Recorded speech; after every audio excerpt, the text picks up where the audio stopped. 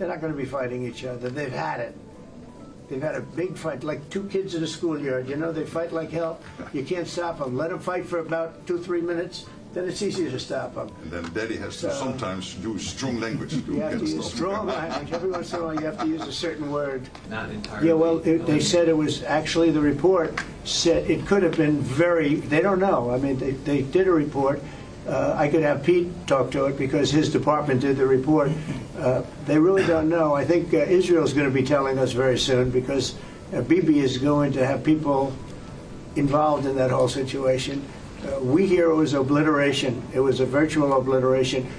And given the 30,000 pounds of explosives and capability of those munitions, it was devastation underneath Fordo. And the amount of munitions, 6 per location, any assessment that tells you it was something otherwise is speculating with other motives. And we know that because when you actually look at the report, by the way, it was a top secret report, it was preliminary, it was low confidence. All right, so this isn't, you make assessments based on what you know. And it said it could be very devastating, very serious. Moderate to severe, and we believe far more likely severe and obliterated. So this is a political motive here. Was there a leak investigation?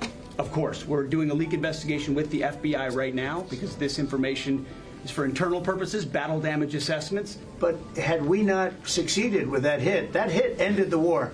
That hit ended the war.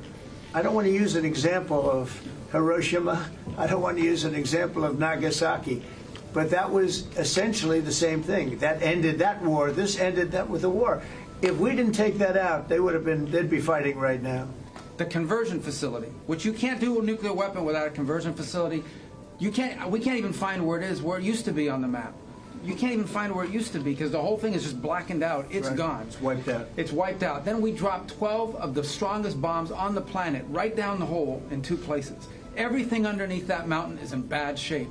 And I refer you to the statement of the IAEA, Mr. Grossi. You know what he said? He said there was Iran, the way it looked the day before the attack, and what their nuclear program looks like now. 2 very different things. They are way behind where they were just 7 days ago. The last thing they want to do is enrich anything right now. They want to recover. And we won't let that happen, number one. Militarily, we won't. I think we'll end up having somewhat of a relationship with Iran. I see it. Look, I've had a relationship over the last 4 days. They agreed to the ceasefire. And it was a very equal agreement. They both said, that's enough. They both said it. I mean, they just went through hell. I think they've had it. The last thing they want to do is enrich. They've been trying to do it. By the way, it's hard to enrich. And, you know, when you look at a site like that, very, very hard to build, very, very hard, very expensive. They spent trillions of dollars trying to do this thing, and they didn't come up with it. And we're actually getting along with them very well right now. The great thing is you took out the nuclear capability of Iran. This was crucial. You did it in a way which is extremely impressive. But the signal sends to the rest of the world that this president, when it comes to it, yes, he's a man of peace, but if necessary, he is willing to use strength, the enormous strength of the American military. So I think that signal to the rest of the world, this is far beyond Iran, is extremely important.